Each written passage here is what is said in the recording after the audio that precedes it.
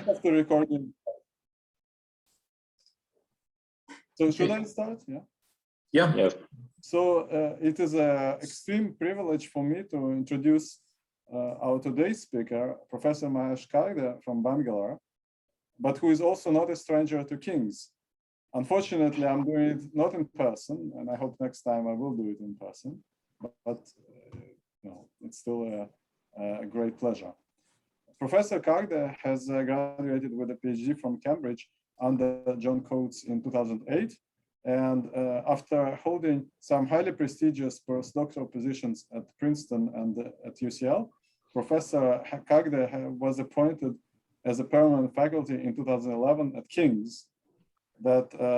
This position he held until quite recently when he departed to Bangalore, which is very unfortunate for us, but we are still happy for his general success. The research field of Professor Kakde is algebraic number theory, where Professor Kakde has had a significant number of highly acclaimed breakthrough and highly impactful research achievements. Let me mention just 3 of these, but I could have chosen some other as well. So first is the successful resolution of the main conjecture of Iwasawa theory for totally real fields back in 2011.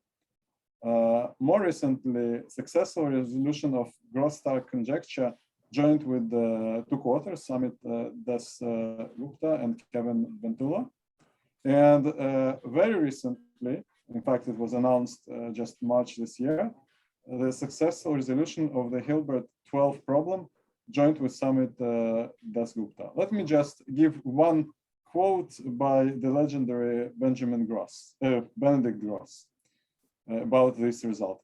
It is something we have been looking for a long time, and they have really made a big breakthrough. For his excellence in research, among other accolades, Professor Kakde was invited as a section speaker at the highly prestigious ICM 2002, which is going to be held in St. Petersburg next year. And with no further ado, I would like to ask Professor Kakde to start the talk because you didn't pay to hear me. Thank you, Professor Wigman, for that very generous introduction. The chat, okay. All right. So it's a great honor to speak at the King's Colloquium. It's really unfortunate that I cannot do this in person. But I've been stuck in Bangalore ever since I moved to Bangalore. So hopefully things will be better next year, I hope. Okay, so I'll talk about my recent works with Samit Dasgupta on the Brumer-Stark units and Hilbert's 12th problem. So the plan is to start with some classical results and see how the work generalizes those. Okay, so let me start with Gauss sums. Okay, so zeta. So everything will be kind of, I'll embed Q bar, an algebraic closure of Q into C. I'll fix an embedding of QP bar with complex numbers and so on. So I'll put all that under the rug. I'll not mention that explicitly from now on. So we work with these explicit units, so 2 pi I, roots of unity, 2 pi I by n. And I take P to be a prime number and Fp to be the field with P elements. Okay, Z mod Pz, so classes modulo P. Then we have these very classical objects attached to a character. So I take a character from, so group homomorphism from Fp cross to complex numbers. So as I said, this lands inside QP bar, and I have fixed an embedding of QP bar into C. And I assume that I just give name to the order of this character. So it's M, and I assume that M is co-prime to P. Okay. So there's this Gauss sum. It's a very classical object that Gauss defined a long time ago. So I take summation over all elements of Fp. So the convention is that Fp of chi of 0 is 0. So I could have as well summed over FP cross. And then I multiply it with eighth power of zeta p, and that's a well-defined thing because zeta p has order p. Okay, and it's an element of this number field, which is obtained by adjoining the mpth root of 1 to q. I'll say what this is explicitly on the next slide. So just a couple of properties of these Gauss sums. It's a complex number. As I said, it lands inside this number field, in fact. And if you take the, so bar here is complex conjugation. So if you take the character chi bar, which is obtained by taking complex conjugation of each chi of A for each A in FP, then and define Gauss sum for that, then it's related to the Gauss sum of chi in a simple way. So chi of -1, class of -1 in FP, times complex conjugate of G chi bar. And then it has modulus square of G chi is P. Okay, I'm not going to really use this, but I just wanted to show the nature of this, this number. Okay, so what are number fields? As I mentioned, there's a number field here on the slide. So number fields, these are finite field extensions of rational numbers. Okay, so for example, this q zeta n. Okay, and very explicitly, these are sums like these. Okay, so you take phi n here is the Euler's torsion function. So the most well-known would, I suppose, be the Gaussian field qi. Right, so there you just have a plus I, so I is a fixed, I mean, yeah, I is a square root of -1. And so qi is simply a plus ib. And this is slightly more general than that. If I take the sum of ai zeta n to the I. Okay, and the sum has to go from 0 to this Euler's torsion function phi n -1.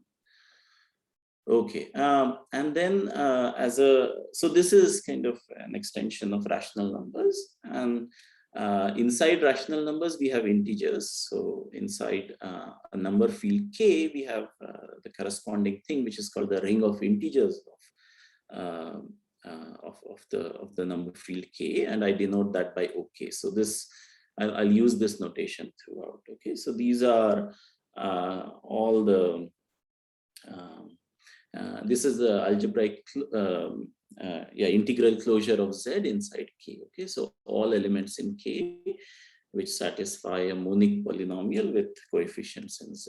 Okay, so this is the analog of integers so this is the ring of integers. So again, as an example, the ring of integers of Q zeta n is this thing.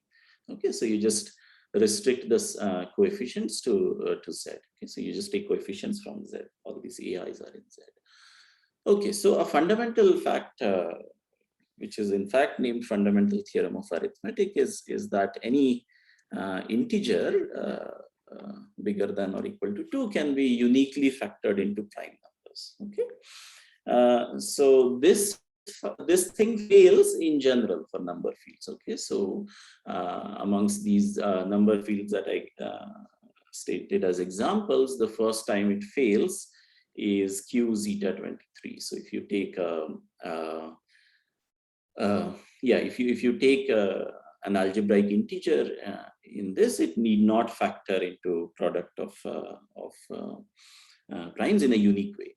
And the favorite example is of course q square root of -5. So I had an example here. Yes, so yeah, this is the example, right? So 6 factorizes as into 3, but it factorizes as 1 plus square root of -5 and 1 minus square root of -5. And these two factorizations are fundamentally different. Okay, these are they cannot, these elements 2, 3, and 1 plus square root of 5 and 1 minus square root of 5 cannot be factored further, and they don't even they are sort of different factorizations. You cannot multiply one by a unit to get the other thing. Okay. Nevertheless, you can rectify this situation and factorize ideals into product of ideals, prime ideals in a unique way. Okay, so yeah, I should have said into product of prime ideals in a unique way. So unique factorization of ideals of the ring of integers into prime ideals. Okay, so that's so for instance, in this example, 6 factorizes into product of prime ideal in this form. So 2 comma 1 minus square root of minus 5, that's a prime ideal. It appears twice in the factorization of the ideal generated by 6. And then there are these 2 other prime ideal factors of the ideal 6. Okay. All right. So what does this have to do anything with Gauss sums? Sorry, Mahesh, could you summarize again the notation? So this xi n is a root of unity, right? This phi n is this Euler's Taussian function. So the number of elements, number of integers between 1 and n, which are co-prime to n. Yeah, so just a number, and then an is element of this field, and then you add them. So what is this Q empty set? This Q in the first line. What's the way you think about that? What's the intuition? So the intuition is you just think of it as the field obtained by adjoining the smallest field obtained by adjoining these the nth root of 1 to Q. Yeah, and for the case of square root of minus 5, what is that? So this thing, so the explicit description of this is just a plus square root of minus 5 times b, where a and b are both rational numbers. Yeah, so this is just like qi, right? So this will be yeah, a plus yeah, instead of 5, it's square root of minus 5. And then what is the last line? What is the notation with this commas in the bracket? Yeah, so bracket 6 means the ideal generated by element 6 inside this ring OK. Okay, so that's a ring. So you just take all multiples of 6. Okay, and this notation means the ideal generated by 2 and 1 minus square root of minus 5. Okay. So you take all possible OK linear combinations of 2 and 1 minus square root of minus 5. Okay. And finally, what is OK? OK is K is any number field. So in this particular case, in the last line, K is Q square root of minus 5. And OK is the ring of integers. So in this particular case, okay, it is just Z square root of minus 5. Thanks. So all right. So yeah. So now how is this related to Gauss sums? Well, I want to take this Gauss sum as I said, it's an element in this number field. It's an element in this number field. So I want to look at it as an element in the ring of integers of this number field. And a question I can ask is, how do I factorize the ideal generated by the Gauss sums? Okay. And so here is the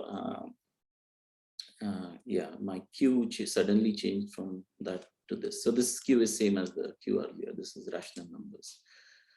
Yeah, this is what happens when you copy and paste line from some other slide. So it's a different notation. Okay, so Q is the mth cyclotomic field. So these are called the cyclotomic fields, and mu m is also zeta m. Sorry, this should be zeta m. Okay. So there's an isomorphism between the Galois group of M over Q. So these are all field automorphisms of M, which fix Q, but I mean, everything fixes Q. So these are all field automorphisms of M.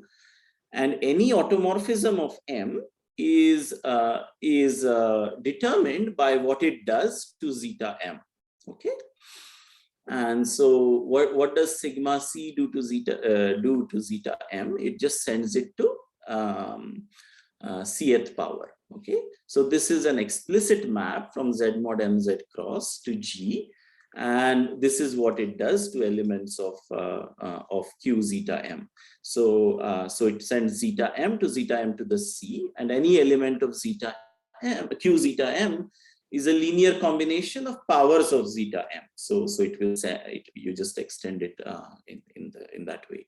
Okay, so zeta m to the I will go to zeta m to the I times C, and then summation AI zeta m to the I will go to summation AI zeta m to the IC. Okay, so I define this particular element inside.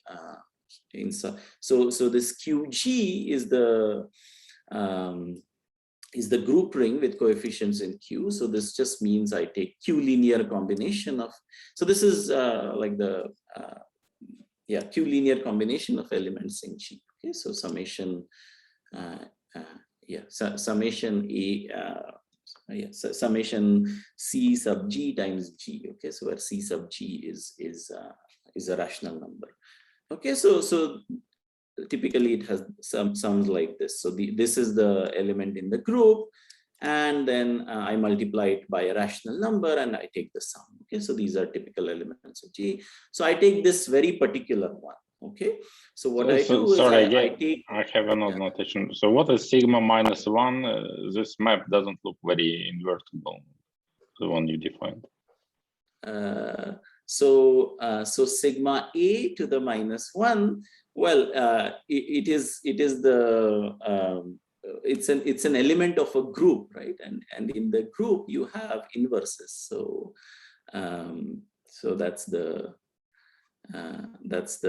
map. But yeah, so it is actually invertible. So you take so A is co-prime to M, right? So there will be a B in such that A times B is 1 mod M, and so sigma A inverse will actually be sigma B.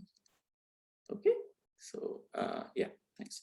All right, so but you can think of it as an element of the group, and then it's the inverse as the element of that group.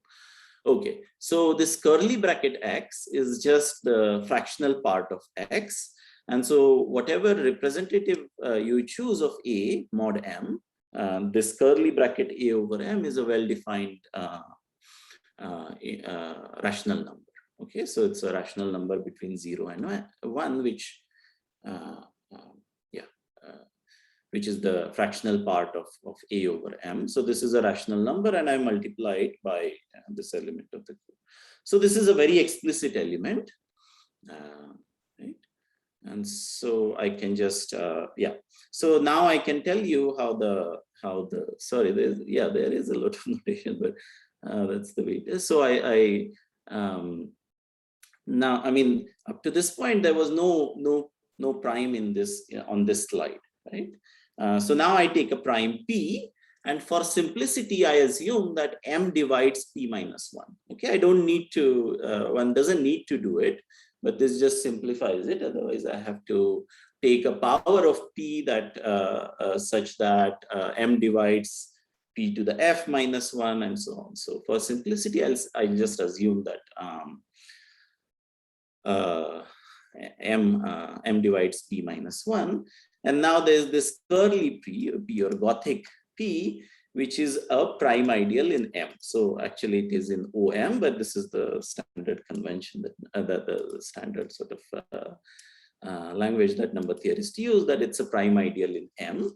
So it is an ideal of O sub M, the ring of integers of M, which is also a prime ideal, and it lives above P. So so if you take the ideal generated by small p inside OM, then this Gothic P divides that ideal. Okay, as I was saying, that every ideal in a number ring, every non-zero ideal in a number ring can be written as product of prime ideals. So this is one of those prime ideals that divides the ideal generated by P, and so I fix that prime ideal. Okay.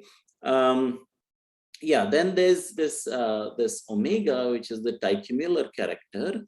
Now it is very much like this, which is the reason I did not kind of write down what exactly it does. but let's say there is a character like this. So it a priori takes values in Z mod PZ cross. So this omega is the map in the other direction, right? So going from but with M replaced by P. So it's a map going in the other direction here. And a priori it takes values in Z mod PZ star. But because I have fixed this P, you can make it take values in the p-adic integers. And as I said at the beginning, we have fixed an isomorphism between p-adic numbers and complex numbers. So there's a lot of thing going on here. But this is just a character. Okay, so this is a group homomorphism from this group to this. Yeah. So it's a particular one, but it is a group homomorphism, and I take some power of that group homomorphism, okay, or some power, some negative power, p minus 1 by m. So this is an integer because m divides p minus 1. So I take this power.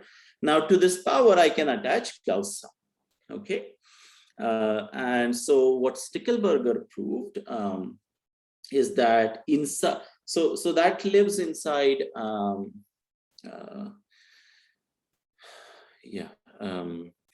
O sub, actually it should be so its mth power actually lives inside O sub m. So this is what part of the theorem, and then inside that thing, the ideal generated by g chi to the m, it actually factorizes like this. Okay, so when you apply this, I missed what is g.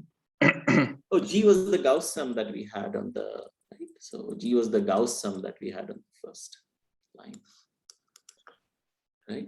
And it a priori lives in this bigger field because I have MP here, but its mth power actually lives in Q zeta M. So that's part of the theorem, if you like. Okay. So this is the Gauss sum, and it factorizes in this particular way. So you have this prime ideal. You can apply element of the Galois group to it and get other prime ideals inside M. Okay, so these are all primes. So these things are all primes of OM, distinct primes possibly, and this is a integer power. Okay, that's why I've multiplied it by M. So this fractional part times M will actually be an integer. Okay. So this is a factorization of this Gauss sum. So this product is again over some particular A's, like in the so sum yeah, before? so now on, I mean, A will usually be the product is over Z mod MZ cross. Okay. Yeah.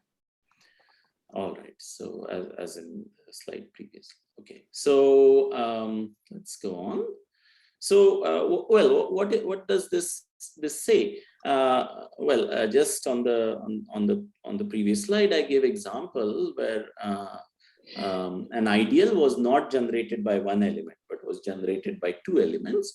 And so here we have no idea whether this ideal is generated by one element or more elements. But when we take this particular product, we know that it's a principal ideal. Okay, so when this product ideal is just a principal ideal. So that's one takeaway from this theorem that I want to emphasize. Okay. So here is the object that I want to study. So I'm going to give kind of two. So I want to reinterpret Stickelberger's theorem using two objects. One of them is the class group. Okay. So this is an important invariant attached to a number. Sorry, Mahesh, can I just ask on the previous slide, how do you choose the ideal P? Like, does it? Yeah, so I fix a prime P such that M divides P minus 1. And then I look at the ideal generated by P inside OM. This will factorize into a bunch of prime ideals, and I just fix any one of them. Okay. So it doesn't matter which one, because if you so even though the notation doesn't quite suggest it, both sides depend on P in a similar manner. So this theorem is independent of the choice. And I kind of implicitly said that that this side also depends on the choice of Gothic P, because the precise character omega depends on the choice of Gothic P. Okay. Okay. So both sides depend on P in a similar manner. So if you choose a different prime, you can show that this equality is independent of that choice. So Mahesh, before you continue, could you like comment for non-specialists what's the significance of the theorem?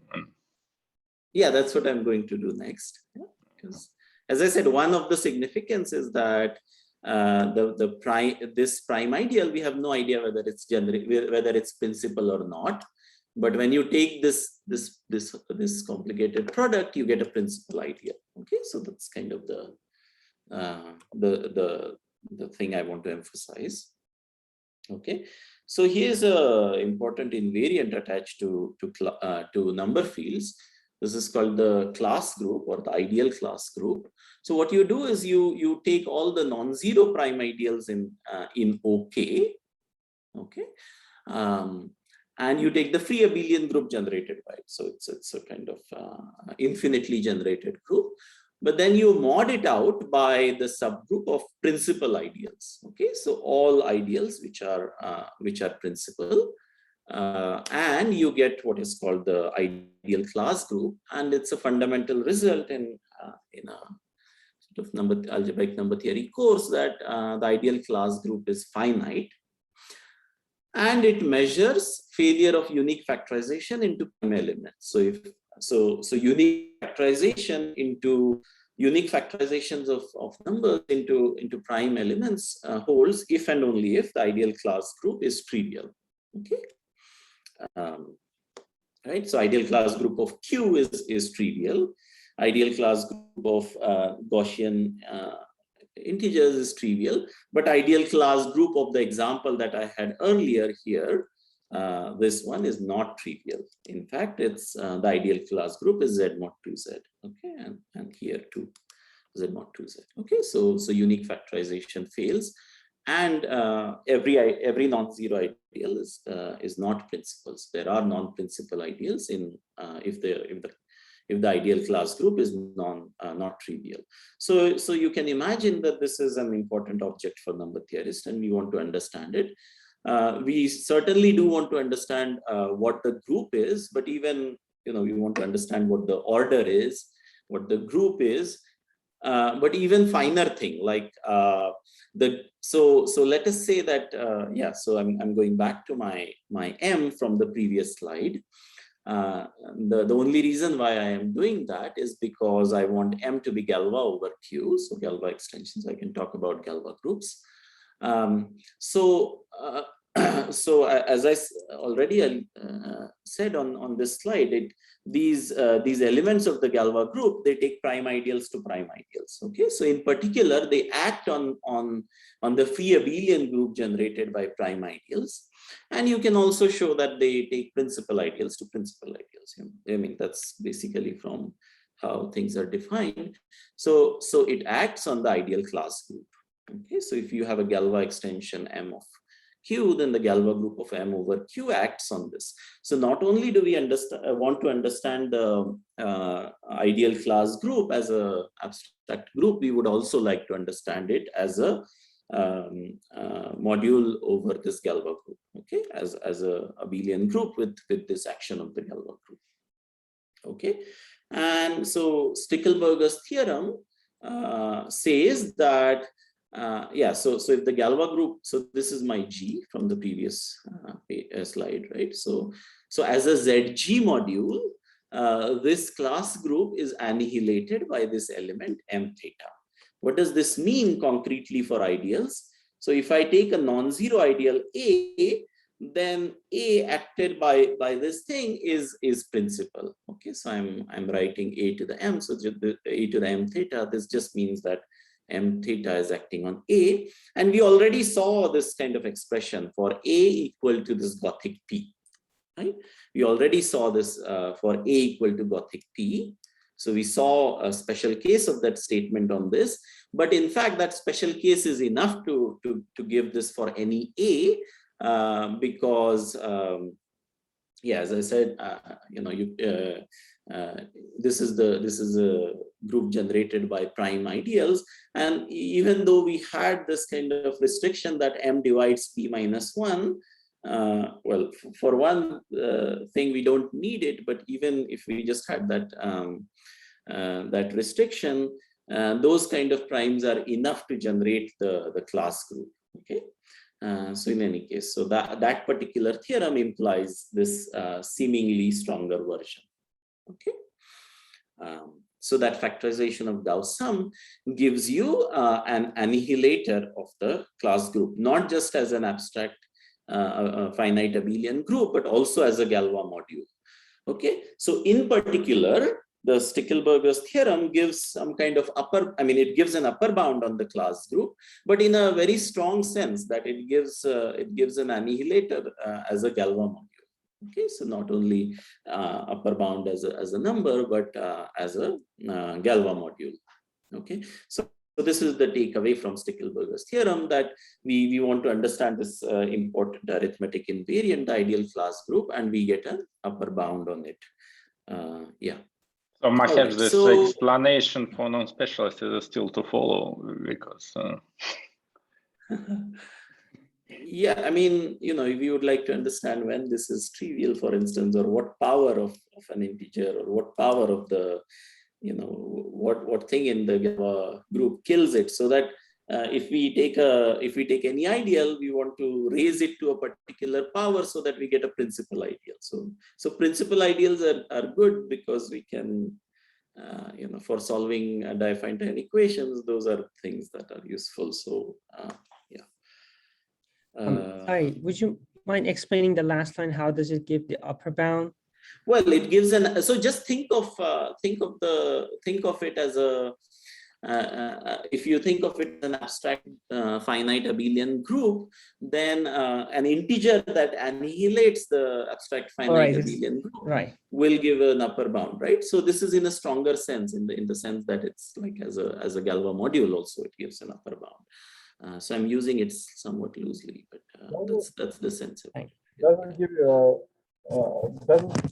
give you a better upper bound than the classical theorem of the finitude of the number of class group? Well, I mean, it has a different purpose, so that's what I'm going to come to next. Like it relates it to L values. So yeah, in some sense, it does give a better upper bound, but that's not the main point of this. Okay. The basic question: why do we need to bound it, and what are the consequences? Well, I mean, it measures the failure of unique factorization. Right? So we would like to know how much the unique factorization fails by. Right? For instance, as I said, like in this particular example, Q square root of -5, the ideal class group is Z mod 2Z. So what I would is it Z mod 2Z? Yeah, here it certainly is Z mod 2Z. So in this particular case, if you take any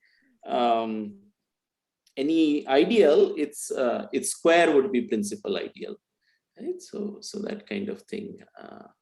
But does it give you actual number of how many factorizations possible, or it just related? So, well, yeah. So, do you mean when the class group is trivial, or? No, so you said it's a measure of the failure of uniqueness of factorization. So if I want to know how many factorizations there are for a given case, will it answer this question or not?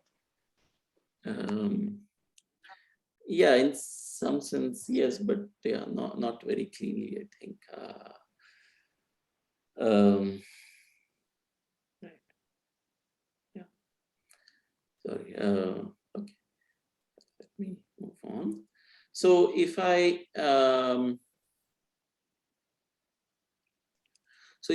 so I want to relate this to some analytic objects, right? So because I want to generalize this to number fields other than Q. Okay, I want to take my base to be something other than the rational numbers. So I again take a character chi. Now this chi has a different, it's the same kind of object, but it has it will play a different role. So what I do is so this M was again Q Z M. So its Galois group is Z mod MZ. So I take a homomorphism from Z mod MZ to complex numbers, and I just extend it to the whole of Z by defining it in such a way. Right. So if something is not in Z mod MZ cross, I just define it to be 0. Then I have this Dirichlet series. This is the L function attached to chi. Yeah. So what can I say about this? So so a priori this makes sense for real part of S bigger than 1, but it has a meromorphic continuation to C, with only a simple pole at S equal to 1 when chi is the trivial character. Okay. By the way, this is just a technical comment that this is an imprimitive L function, possibly because I'm not assuming that M is the conductor of chi. Okay, so somehow this kind of thing will play a part later. So this is the L function attached to this Dirichlet character. And if I modify my theta slightly, then what I get, so this is the thing I'll call Strickelberger elements. I haven't used this term before, Strickelberger element. So theta of M over Q, I shift my theta by this norm element, right? This is like the norm, but with a 1/2 here. Yeah, so again, A is over Z mod MZ star. So this is my Strickelberger element, slightly different than theta. Then what I have is that, so this is also an element of QG, right? This is also an element in the group ring with coefficients in rational numbers. So if I have a map from G to complex numbers, I can extend it as a map from QG to C. Okay. So I can evaluate these elements in QG at any character. So and so out of this I get this L value. So very nice, expression for the L value. This uses generalized Bernoulli numbers, for instance, for the proof. Anyway, so this is my connection to L values, and since this is shifted just by the norm element, this particular Strickelberger element also annihilates the class group, or M times this also annihilates the class group. Okay. Yeah. So I'll not say this. Okay. So the upshot of this is that L values give you bounds on class groups. Okay. Yeah. And even though, I mean, to answer, to go back to Igor's question again, even though this is not quite the sharpest thing, but it's very close to it, as I would say, as I'll say later on. Okay. In some precise sense, I'll say this. Okay. And these L functions, they were already introduced before Stickelberg, yeah, or this is like interpretation. I mean, these L functions, they were introduced before Stickelberg. Yeah, they were introduced before, and I mean, his main thing was actually the first version of the theorem that I stated, that Gauss Sum factorizes as this, and then that thing is actually an L value. Okay, that's the main content of his theorem. Okay, the relationship with L values is kind of was known before Stickelberg. Okay, so now I want a generalization of this. So I want to, instead of the rational numbers, I want to take any number field, but that's kind of a hard thing to do. So I'm going to take a totally real field. What does that mean? So you can have different embeddings of F into complex numbers. So for instance, if you take Qi, Q square root of -1, then there are two embeddings, right? I going to I and I going to -I. So similarly, sort of other number fields will have more embeddings. This is called the degree of F over Q. So for instance, Q zeta n that we had earlier will have phi of n embeddings, distinct embeddings into complex numbers. And a totally real number field simply means that each embedding actually lands inside real numbers. So for instance, Q square root of 2 or Q square root of a positive integer that will be a totally real field. So this just makes life easier. Otherwise, it's much harder, and we have no idea what to do about these.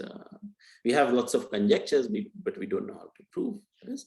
And we replace M by this what is called a narrow ray class field of conductor N. So in particular, when when F is Q, this is the narrow ray class field of conductor M. Okay, so we replace it by this technical thing, and so this is what I call H. Sorry, I forgot to write this. This is my H now, Fn, and the Galois group G is the Galois group of H over F. So there are two questions: what is the analog of Gauss sums, and what is the analog of Strickelberger element? Okay, so Strickelberger element for rational numbers was this very explicit thing. Can you define something like that? And what replaces Gauss sums? Like, is there something that we can replace Gauss sum with to prove a Strickelberger theorem kind of statement? In fact, it turns out to be much harder, and we don't know how to define Gauss sum analogs directly. Instead, what we do is, so in case of Strickelberger, he had Gauss sums, he used its factorization to prove his theorem. We have to go the other way around. We have to prove an analog of his theorem, a generalization of his theorem, and that will give us Gauss sum-like objects. Okay, so first, so Gauss sums are hard, and so first we go to the question of to the second question: what are the Strickelberger elements? Well, I don't know an explicit expression for it, so I just use the L values. Okay. So I take a character of G, any character of G, and to such a character I can attach an L function. Okay, so this uses Artin reciprocity map, for instance. So there's a lot of thing going on here, but essentially these are defined by Dirichlet series. Once you use the Artin reciprocity map, and then again they are a priori. This Dirichlet series is only defines it for real part of S bigger than 1, and then you get a meromorphic continuation to the whole complex plane with only possibly a simple pole at S equals 1. So simple pole when chi is trivial, and in particular this value at 0 is defined. So you can get an element with coefficients in complex numbers a priori, which spits out these L values whenever you evaluate this group ring element at a character. Okay, so this is of no use because well, unless we know that this is an integral thing or something, right? So this possibly is useless. But no, because there's a theorem of Siegel, Klingen, and Shintani, which actually says that this theta H over F has coefficients in Q. Okay, so this is a deep theorem. I mean, so Siegel and Klingen used Eisenstein series to prove this, and then Shintani used a different method to prove this. Using what are called Shintani zeta functions. So he defined the Shintani zeta functions and gave explicit formulae for them, and proved that this actually has coefficients in Q. Okay, right. Yeah. So for this theorem, it's important that F is a totally real field. This is why I restricted to totally real and a narrow ray class field of this. Otherwise, this element just turns out to be 0 all the time. Okay, except in this particular situation, this element turns out to be 0, which means that all these L values turn out to be 0. Okay. Yeah. How does the left-hand side in the Strickelberger elements? How does no? In fact, no. I'm taking back. Sorry. No, yeah. All right, so yeah, it's you just extend the map linearly to CG. Okay, so so instead, I mean, if you were not in this special situation, then there are extremely hard conjectures which instead look at the leading term of this meromorphic function at S equal to 0. Okay, so we have very little idea of what to do about those conjectures. But we are in this happy situation that actually we get something non-trivial already as a value rather than as a leading term. Okay. In fact, there's a refinement of the theorem of Ziegel, Klingen, and Shintani, which actually gives you a bound on the denominators. So the denominators of this theta are not too bad. Yeah, are not too bad.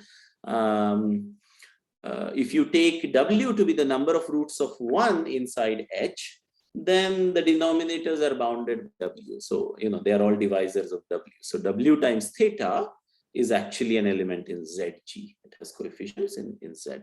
So this is a refinement of the Ziegel-Klingen-Shintani theorem.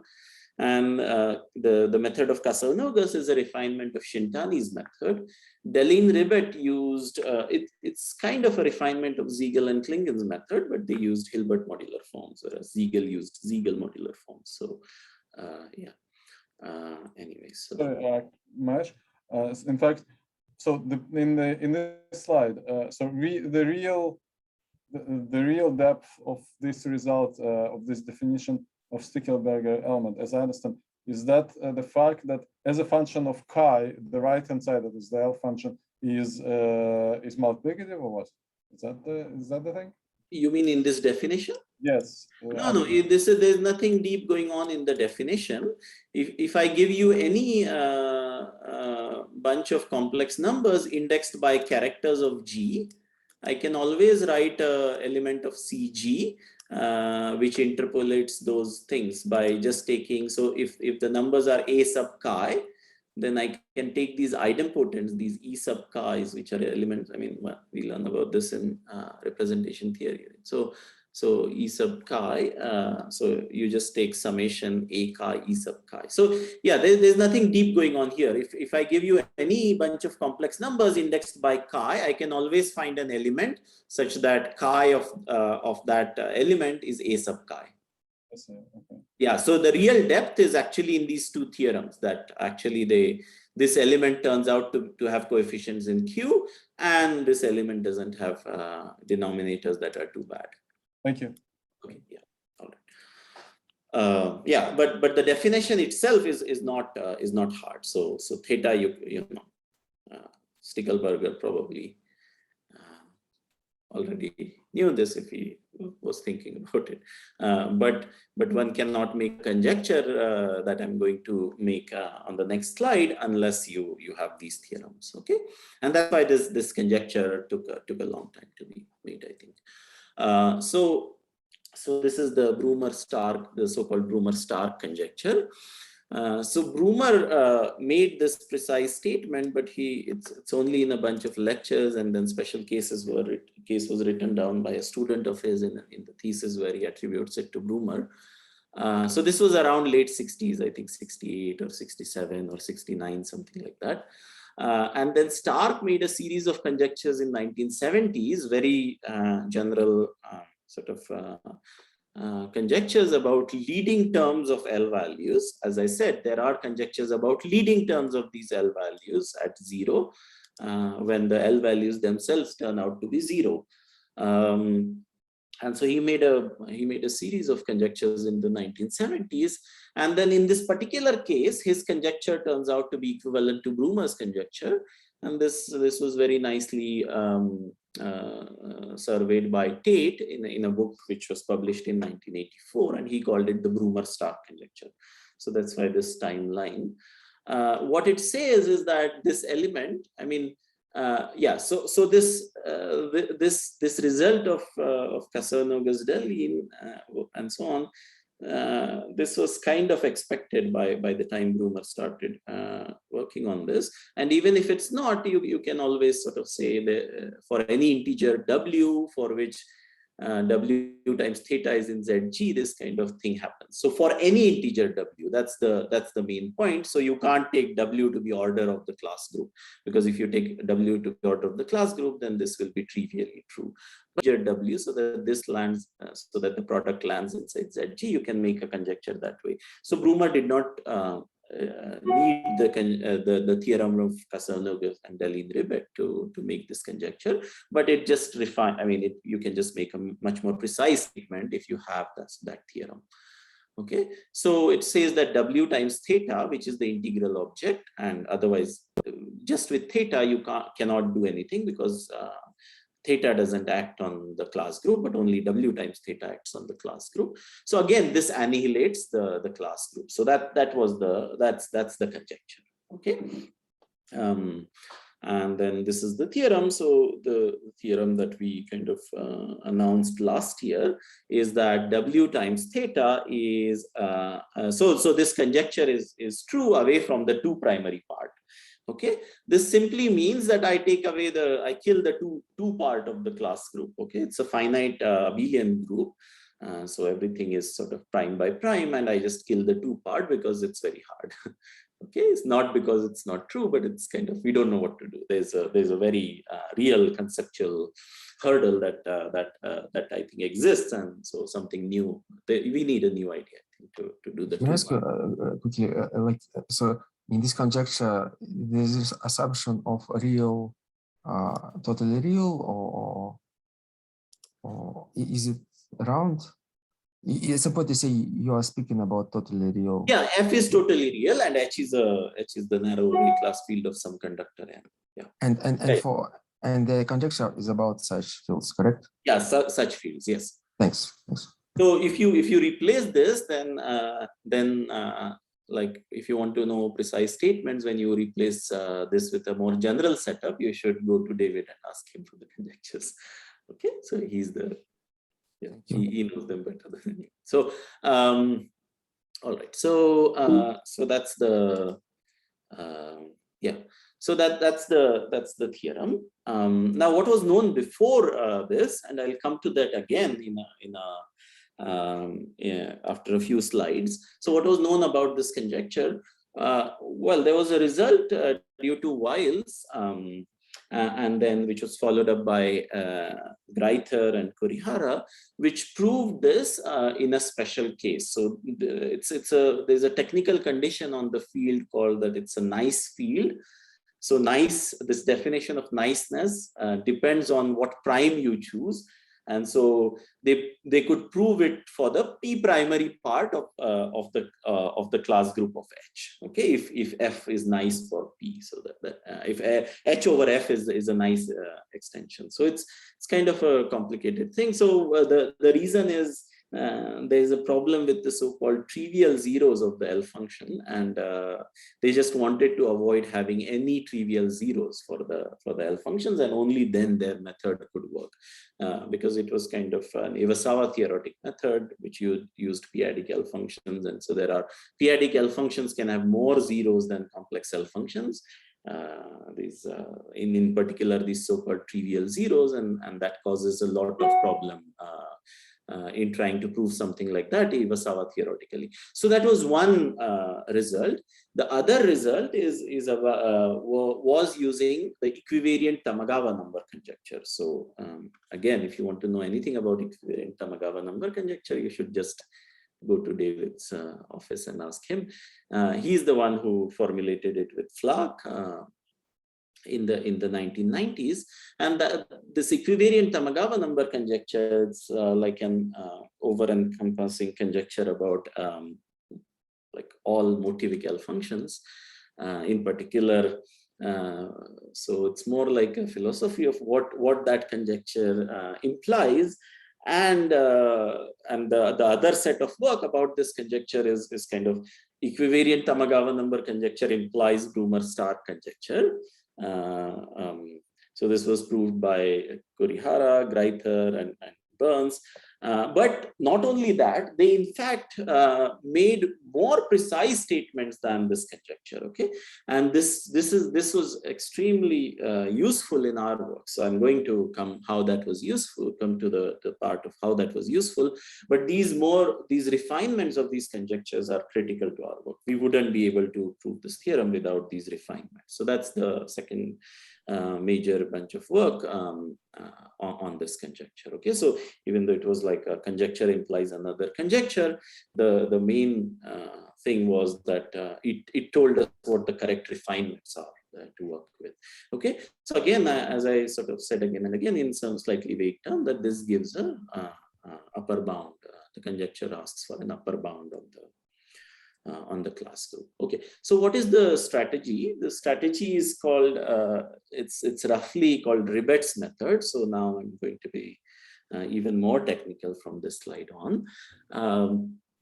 but also vague, unfortunately. So here's a representation of Ribet's method. So this is using modular forms. So I want to go from L functions to class groups. Right? This is what I want to do.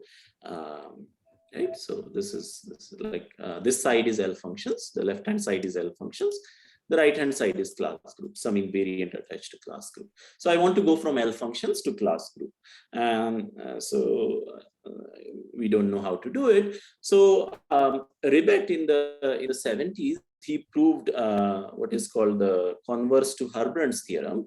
So what is Ribet-Herbert theorem? It says that if you take the if you take the class group of Q mu P, Q zeta P, the number field Q zeta P, then, so Kumar proved already in 19th century that the ideal class group of Q zeta P has order divisible by P if and only if numerator of certain, Bernoulli numbers, of any Bernoulli number between a certain range, so -1 to minus P minus, so 1 to P minus 3/2, that thing is divisible by P. And what Ribet did, what Herbert and Ribet theorem says is a refinement of that. So you can actually look at it as a Galois module over Galois group of Q zeta P over Q, and then it tells you exactly which component of the class group is non-trivial. Herbert's theorem is sort of much older than Ribet's. So Ribet's is the part that's useful for us. So how do we go from L functions to class group? Well, the first step is L functions are related to Eisenstein series in a way. So Eisenstein series are modular forms, and if you have seen modular forms, then they have a Fourier expansion, right? So-called Q expansion. So the constant terms of these Eisenstein series are, so these are GL2 Eisenstein series. Okay, in Ribet's case, they were elliptic modular forms. In my case, they are Hilbert modular forms. So the constant terms of these Eisenstein series are related to L values. Okay, so that's how you go from L functions to Eisenstein series. Because the L functions that you want appear as constant terms of Eisenstein series. Now you study these Eisenstein series. Well, we are looking at some kind of divisibility property. So these L values that appear, they turn out to be nice algebraic numbers. So you can if the L value is, let's say, a rational number and it's divisible by P, then you can look at the Q expansion modulo P. And then the constant term drops off, right? It becomes 0. So this Q expansion has no constant term, which means it looks like a cusp form, right? Those are cusp forms. And so actually what you can do is you can construct a cusp form out of it, which is congruent to the Eisenstein series that you are interested in, modulo the L value. Okay, so this is one has to do this kind of construction, and it's usually not easy, but you have to work explicitly and sort of prove the existence of this cusp form. The cusp forms are nicer because with attached to them are what are called Galois representations, so representations of Galois groups. Okay, and from the Galois representations, you kind of go to there's a way of constructing Galois cohomology classes. And I should say that this particular step is the one that breaks down for P equal to 2. Okay, so the Eisenstein series work perfectly. You can construct a cusp form. You can attach a Galois representation to cusp forms that you construct. But then you have no idea how to. I mean, we have no idea how to construct a Galois cohomology class of the relevant thing. So yeah. So this arrow is the one that fails for p equal to 2, and there's a fundamental obstruction to doing this. So just to say some technical terms here, so the point is that this is not, this is residually indistinguishable case. So this is the kind of thing that that always causes trouble when one even sort of when one is looking at deformations of Galois representations and so on. So this particular case is hard. Okay, and then from cohomology classes, you can construct elements in the class group. So this is how you go from L functions to elements in the class group. Okay, so what? So on the left, everything is like complex analysis in some sense, yeah, like the functions of complex variable, correct? Or yes, yeah, I mean, these are, a priori these are functions of complex variables, but they have a lot of algebraic structure. So the ones that I'm looking at, these Q expansions will have algebraic coefficients and right, it kind of the complex thing is all under the rug somehow, and I just use, so this particular left hand side is kind of very explicit. You take the Q expansion, you stare at it for long enough, and then you work out the Q expansion, you stare at it for long enough, and then you construct a Cusp form by taking various combinations of Eisenstein series. Sorry, but did you have a question? No, thank you. No, thank you. It is sort of, these are, I mean, to begin with, they're complex analytic functions, but we don't, somehow, that doesn't explicitly show up in the work. Okay, but this particular arrow from Cusp forms to Galois representation is really what sort of takes you from the complex side to the arithmetic side. So this is kind of this is where the magic happens, from going from an analytic object to a algebraic object. Okay, so starting with L value, sorry, this taking a lot of time, but maybe, I committed to 8:30, so maybe it's okay if I take 5-10 minutes more, I suppose. Okay, so starting from with L values, you produce some cohomology classes. Okay, so this is in fact the wrong thing, right? Because it gives a lower bound. Right? Because starting with L values, you are producing lots of cohomology, lots of elements of class. So in fact, it's the wrong thing. And so the strategy has no chance of being successful if the inequality that we started with, so saying that theta is contained in the annihilator ideal, if that was actually not an equality. Okay, but unfortunately it is not an equality most of the times. Okay, so so then you kind of get stuck until you figure out that Burns made this fantastic conjecture, which was that there's something called fitting ideal. So okay, what he did was he replaced class group with what is called a Selmer group. So this is just some notation, I'm not going in. And then he defined its fitting. These are classical objects, say 19 ideals. And so he conjectured that fitting ideal is in fact generated by a modified Strickelberger element. So what he did was he modified both sides, and instead of taking annihilator ideal, he took a finer invariant, which is the fitting ideal, and he proved that actually, he conjectured that actually these two are the same. Now this statement is good enough to get Brumer-Stark conjecture. Okay, so if you know this, you can. This is stronger than Brumer-Stark. Okay, this implies Brumer-Stark, but this is an equality. So this is fantastic. Moreover, he proved that he and Greither and Kurihara proved that equivariant Tamagawa number conjecture implies this. So this is the precise thing. This is the strongest thing that one can expect, because this is the precise thing, that equivariant Tamagawa number conjecture.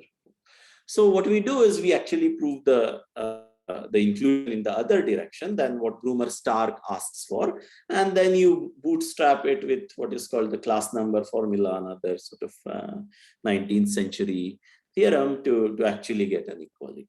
Okay, so that's a very, very rough sketch. So you use Ribet strategy to get inclusion, which is different from in the other direction than what you than what you were hoping for. But then fortunately, this refined statement turns out to be an equality. So you can actually show that it's an equality.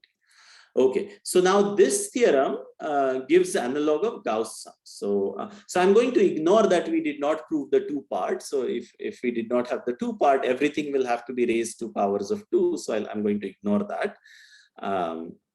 But you again, what you do is you take any, so you fix an integral ideal f. You take the narrow ray class field of conductor f. You take any non-zero prime ideal inside this, and you look at the class of this ideal in the ideal class group. And I know that when I hit it with the Strickelberger element, I get a principal ideal. And so in fact, this decoration with S and T means that this is uniquely determined in some way. So again, this is some technical thing that I don't have the time to get into. But this is, so these are the analogs of Gauss sums. Right? If we do this whole process over Q, we'll precisely end up with G chi to the M here. So these are kind of the analogs of Gauss sums. That's yeah. So let me carry on. So Hilbert's 12th problem. Well, what does it say? It says that it's sort of the starting point is this Chronicler-Weber theorem. It says that the maximal abelian extension of Q is generated by values of this complex analytic function at rational. Okay, so Q ab is union of Q zeta n. So this is again from the 19th century, and then Hilbert said Hilbert asked for a generalization of this to other number fields. So already when Hilbert formulated this in 1900, it was expected what the answer for imaginary quadratic fields would be, and that was completed with Takage's work in the 1920s, so on class field theory. And then Hilbert said, well, extension of Chronicler's theorem to the case that in place of rational numbers or of imaginary quadratic field, any number field is laid down as realm of rationality seems to be of the greatest importance. Okay, so we don't quite do it in the way that Hilbert had imagined, I suppose, as values of complex analytic function, but we give a p-adic analytic formula for it. So it's if one is generous with interpretation of what Hilbert asked for, then this is what we have. So if you adjoin all these Gauss sum like elements to F, and then there are some finitely many elements that you have to adjoin depending on the degree of F, right? So F is a totally real field. So any element in F will have signs, which is D signs, plus or minus 1, D tuples like this. So you have to capture all the signs. Once you do that, you get the maximal abelian extension of F. All right, so that's, but we still don't have a formula for it. Okay, we just prove that it exists. Well, even not that, because we don't know how to do the two primary part. So we want an explicit formula for it. So Gauss gave a p-adic refinement of Brumer-Stark conjecture, which gives more information than just showing that it exists. So it gives some kind of approximation to it. And then Dasgupta and his collaborators, they actually conjectured an explicit p-adic analytic formula for it. Okay, so let me just give a flavor of what this formula looks like in a very special case. So I assume that P is inert. So P is already a prime in F. That's the case I take. And OP is the p-adic integer. So p-adic completion of the ring of integers of F at P. And what Dasgupta did was he constructed a measure on this set OP. And then he wrote down a formula for this integrating the function X against this measure. So this is just some p-adic integration in multiplicative sense, whatever that means. And then you have to multiply by some error factors. So for instance, this zeta that comes from the Brumer-Stark conjecture. So this part is actually taken care of by Brumer-Stark conjecture, more or less. And this is the new part. And so he wrote down an explicit formula, and he conjectured that this is the Gauss Sum like element that we have. So if you can prove this conjecture, then you can say that you have an explicit construction of abelian extensions of F, of totally real field. So that will give a p-adic analytic solution to Hilbert's problem. And so yeah, so that's our second theorem that was announced earlier this year that Igor mentioned. So under some mild assumptions, which means we have to stay away from 2 and we have to stay away from finitely many other primes. But you can, in all these things, you can always throw away finitely many primes and still get what you want. So this is fine. You can prove Samit's formula up to a root of unity. Okay, so you can prove this formula up to a root of unity. And again, that's not a problem because you know that you can always attach roots of unity and sort of get what you want. Those come from abelian extensions of Q. So my student who's still in King's, Matthew Honor, he's working on removing this root of unity ambiguity in this theorem, for example. So I think this may go away eventually, but here is an example. So you can feed this into a computer. You can give it this totally real field. You can give it F. You can give it a prime P, and there's some auxiliary data with the T, right? So for instance, if you give it this data 5, then 2 undergraduates in Duke who did a project with Samit, they produced lots of numbers like this. So they would feed this, and they would use his p-adic integration formula to spit out a p-adic number up to many p-adic digits. Enough to guess what the polynomial would be, and so you just get this polynomial, and this UP is the so right, and it's not a coincidence that this factor of x cube is same as the coefficient of x, because these are complex conjugation acts as -1 on this. So yeah, if you take the complex conjugation of this, you get U inverse as the thing. So U and U inverse are both roots of this polynomial. Okay, so I'll stop with that. Sorry for going over time. So first of all, let's suggest the speaker by Rodin for giving a nice presentation, and also for not forgetting us as an institution. So let's give a round of applause.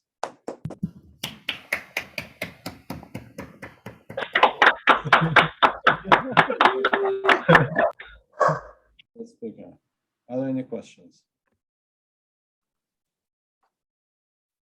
I saw a hand of Neil. Yeah, sorry? Sure, Neil, go ahead. Sorry, Mahesh, sorry, can I ask you, like, just because you like very quickly went through this web page with Hilbert's problem. Could you just it was so quick that I even could not quite grasp it. Yeah, so the Chronicler-Weber theorem says that if you take this complex analytic function and evaluate it at rational numbers and attach those, so those are algebraic first of all, right? Those are roots of unity. And if you attach those roots of unity to Q, you get the whole abelian extension of Q. Okay, and for imaginary quadratic fields, what you have to attach is the value of this J invariant and the Weber function, the so-called Weber function, to the imaginary quadratic field, and that's how you generate the maximal abelian extension of imaginary quadratic field. Okay, so in that case you have slightly more complicated thing. So you take the elliptic curves and you kind of evaluate these functions at the torsion points of those elliptic curves. So that elliptic curve has a complex multiplication by the imaginary quadratic field that you have. Okay, so you take the torsion points of that elliptic curve and you evaluate your complex analytic function at those points. Whose theorem is this? So this is the second one. I don't know who to attribute this to. So probably it started with Weber, Weierstrass, Hilbert, Hasse, and Takagi. I think these are all the names I would kind of mention, but yeah, so it started. So that's why I think Hilbert knew about this, that this is going to, yeah, Chronicler also, this is what to expect for imaginary quadratic field, but the final thing was only completed when Takagi completed his proof of class field theory.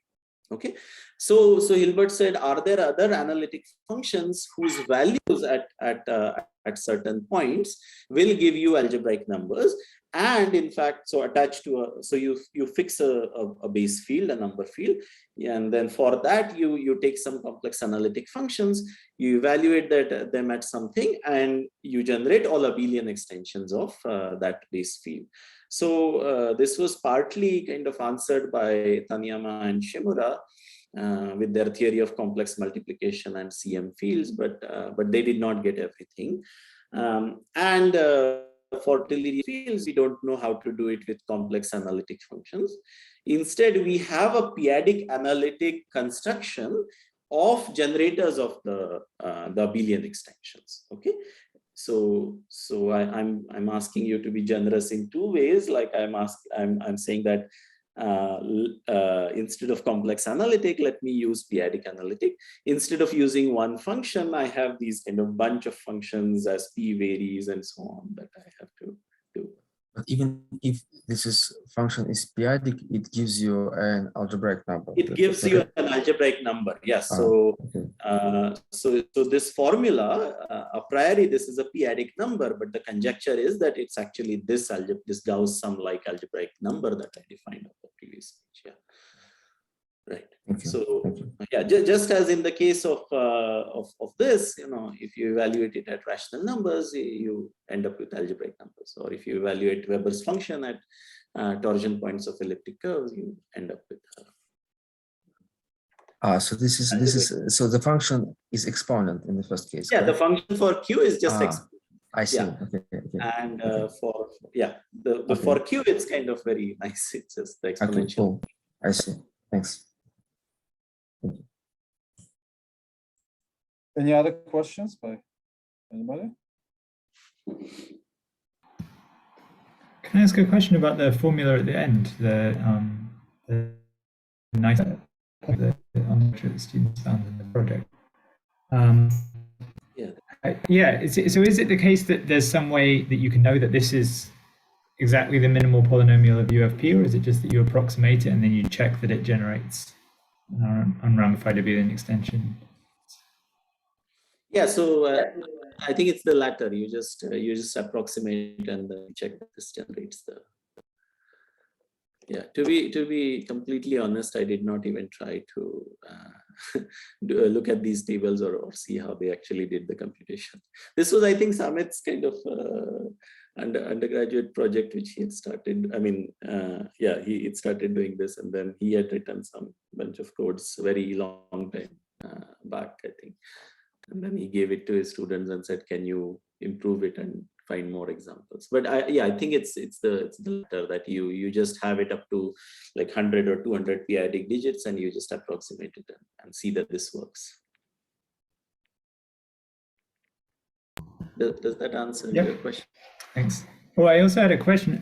It's not a very interesting question. Just earlier when you had about the 1 up to alpha d, your definition of the abelian extension, I think I slightly didn't understand the definition, because you said that they were elements of F. Right. Yeah. So if you just adjoin these Brumer-Stark elements, then you get the maximal abelian CM extension of F. Then what remains is basically just to the D extension to get to F ab. So you just find elements of F whose so you have embeddings of embedding of F into R to the D, right? And so that gives you D signs for any element of F. And so you choose elements of F, which give you a basis of this plus minus 1 to the D mod. But do you join them the square roots, or because you join them to F? Yes. Oh, I see. Okay. Sorry, yes, square root of these. Yes. Okay, thanks. Yeah, this is a typo. Yes, sorry. Thanks. That makes more sense, right? No, yeah, now I understand what you meant. Yeah, not a square root of these. There should be square root of this here. Sorry. Thanks. Any other questions or corrections or comments? I just wondered about the Strickelberger element. You said that it, its denominator is not that bad. It's at most W, but I mean, does it really have a denominator, or I mean? Yeah. This W is necessary. Yes. It's really necessary. It's okay. Yeah. This really is necessary. I mean, yeah. Even in the classical case, this kind of M is really necessary. Right? Here. So W, I mean M. So W in this particular case will be either M or 2M, depending on if M is odd or not. And so that really is necessary. Otherwise, you don't get something integral. Great, thank you. Yeah, I mean, but a better way of working. I mean, that W kind of disappears from David's formulation because of this T. So this T is also necessary. This decoration with T is also necessary. This kind of plays the part of W.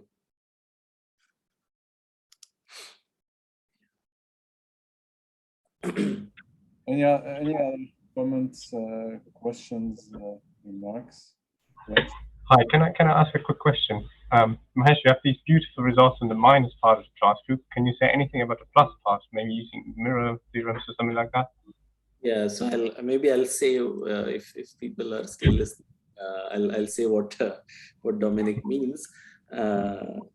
So I never said anything about the minus part here, though it kind of does make an appearance in here, right? Which I kind of zipped through.